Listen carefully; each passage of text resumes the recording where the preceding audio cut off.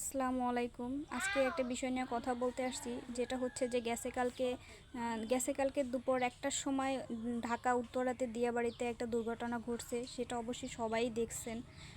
মানে কি বলবো, আসলে এটা দেখার মতো না। এটা দেখলে চোখের পানি ধরে রাখা যায় না। মানে এমন একটা ভয়ঙ্কর মৃত্যু, আল্লাহ জানে এরকম কারো মৃত্যু না দেয়। মানে এরকম মৃত্যু জানি কারো না হয় ভাই। মানে এত কষ্টর মৃত্যু, মানে দেখার মতো না।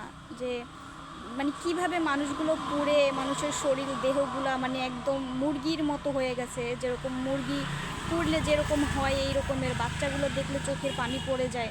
মানে কি বলবো, এখনও মানে অনেক হসপিটালে অনেক শিশু আছে। সবাই তাদের জন্য দোয়া করবেন, যেন তাদেরকে আল্লাহ সুস্থতা দান করে।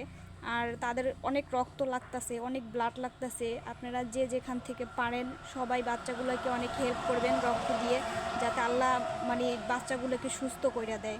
সবাই তাদের জন্য দোয়া করবেন। আর যে বাচ্চাগুলো মারা গেছে, যারা মারা গেছে তাদের জন্য সবাই দোয়া করবেন, যেন আল্লাহ তাআলা তাদেরকে যেন জান্নাতবাসী করে।